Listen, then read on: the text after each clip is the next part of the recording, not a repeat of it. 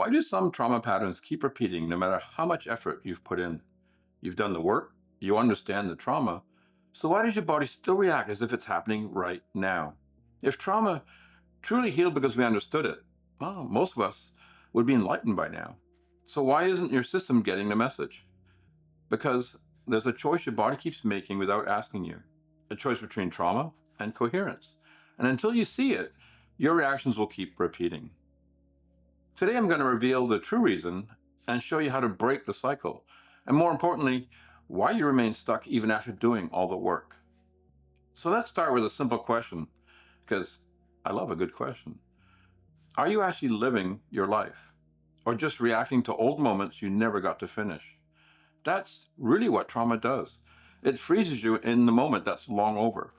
Your body's in 2025, but your nervous system is still negotiating something from 1993 or 2007, or even Tuesday at 7:12 p.m., when everything in you tightened and you never fully unclenched. And you know what? It's exhausting. There's no polite way to say it. Trauma is like a bad software update running in the background. It's draining your battery and slowing everything down. And half the time, you don't even know it's running. But here's the part nobody told us growing up, because our parents were just too busy surviving life to talk about coherence. Trauma isn't the event. Trauma is the moment your coherence broke. The event ended and your system didn't. So before we go any further, let's make something really clear. This is not your fault. Your nervous system did exactly what it was meant to do. It protected you by reacting faster than the conscious mind could. That's biology doing its job. The problem isn't what happened. The problem is the loop your body's got stuck into afterwards. And that is something that we can work with. Now, when I say coherence, I don't mean some mystical state where you float 3 feet above the ground and radiate angelic light. Although, hey, if that happens, awesome. Let me know your secret. No, coherence is simply when all the parts of you are working together: your breath, your heartbeat, your awareness, your emotions, and your field, all pulsing in the same rhythm, like a band that actually rehearsed. And trauma is basically, when the drummer falls off the stage, the guitarist panics, the lead singer faints, and the bass singer, well, he just starts playing, the wrong song. And somehow your nervous system goes, yeah, cool, let's run that track for the next 20 years. So that's where we start. Understanding trauma not as a wound in your character, but as a wound in your rhythm.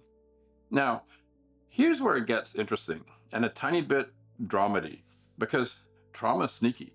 It doesn't show up as loud panic. Sometimes it shows up as, why am I just shutting down right now? Why am I on high alert? Why am I suddenly angry? Or why do I run from this completely normal moment? Why do I feel 10 years old again?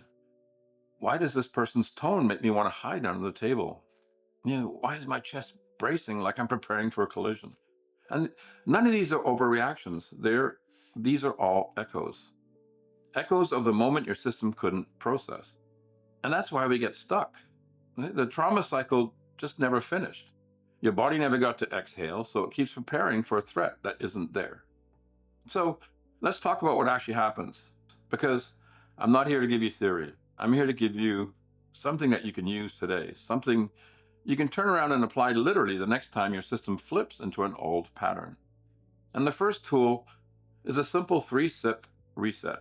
So let me walk you through this in a way that actually makes sense, because the name 3 sips sounds a little too simple for what it does. The whole point of this pattern is not to calm you down. It's to interrupt the rhythm your body goes into when it starts sliding towards a trauma response. You can't outthink a trauma spiral. You have to break its rhythm. So here's how it works, and more importantly, what to focus on. Take 3 tiny sips of air. And these aren't heroic breaths, they're not yoga breaths, just 3 little inhales, one right after the other. Sip 1, it's a small lift in the chest, and that's it. Sip 2, your awareness starts to drop inwards. And sip 3, your attention lands right in the center of your chest, your heart space. And those 3 sips take maybe 3 seconds, but they do something important. They break the automatic survival rhythm your body was gearing up to run. Then, and this is where the actual shift happens, you exhale through the mouth for about 5 seconds. And it's a soft release, no pushing, no forcing the breath out, just letting everything go with gravity. And when you reach the end of that exhale, you pause for 2 seconds, a tiny still point. Just 2 seconds where nothing is happening. And that's the moment your system recalibrates. It's the reset point.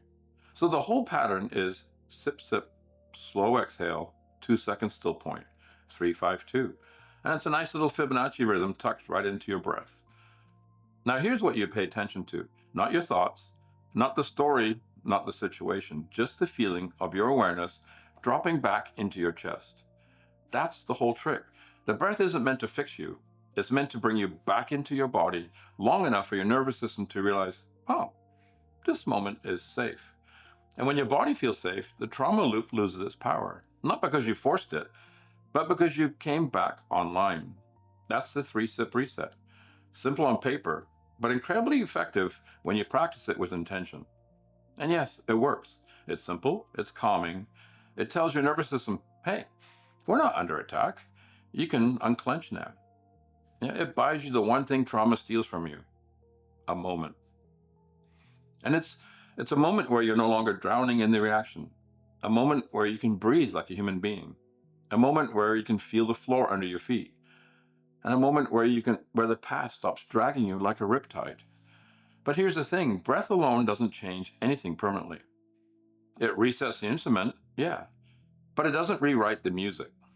The transformation happens in the moment after the breath, the moment when you become lucid. You know that instant when you suddenly catch yourself thinking, oh, this this is that old thing again. That's lucidity. That's the actual doorway, and that's where the healing actually happens. Because trauma pulls you into the past without asking for your permission. Lucidity gives you the power to ask, wait a second, is this happening right now, or is it just an old memory firing through my body? And that single question interrupts the spell. Trauma survives by making you think it's current. Once you realize it's not, half its power just dissolves. But we don't stop there because awareness without choice is just awareness. What actually changes your life, what rewrites your nervous system, is the next step. And that's re-choosing. Re-choosing is the moment you step out of the old pattern and consciously create a new one. It's not dramatic. It's not a cinematic moment where violins play and angels applaud. You just say either out loud or internally, thank you, but I'm not living from this anymore. I choose coherence now, or I choose love. And that's it. That's the frequency shift. You acknowledge the pattern. You don't fight it. You didn't shame it. You thanked it for trying to protect you. And then you chose something new. And that choice, that's where the real power is. That's where your field shifts. That's where your nervous system starts building a new pathway and where your story stops repeating. Breath connects you to the moment. Lucidity shows you the pattern. And re-choosing creates the new future. So think of it like this. If breath is the reset button, re-choosing is the actual selecting the next chapter. And this is where trauma truly begins to unwind. Because every time you re-choose calmly, intentionally, without theatrics, your system goes, oh, we're doing this now. Okay, yeah, that's new. That feels safer. And slowly the old emergency response fades. Not because you process the trauma endlessly, but because you stop feeding it with the same automatic reaction. You built a new rhythm, a new coherence, a new way of being in your body. So this is your real tool, the 3-sip reset, the lucid question, the re-choosing.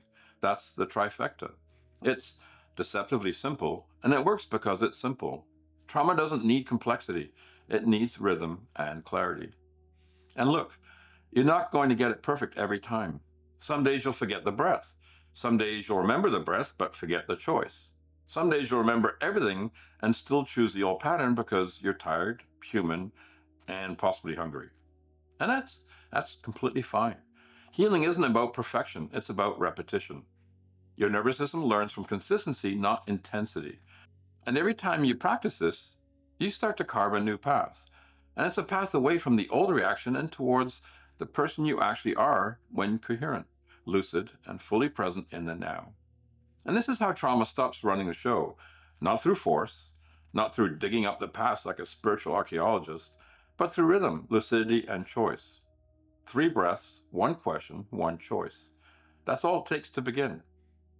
And if this opens something in you, you'll find a deeper version of this work woven through every one of my books, especially the ones that explore coherence and lucidity, where trauma stops being a loop and your life finally becomes your own again. Thank you for watching. Love and light.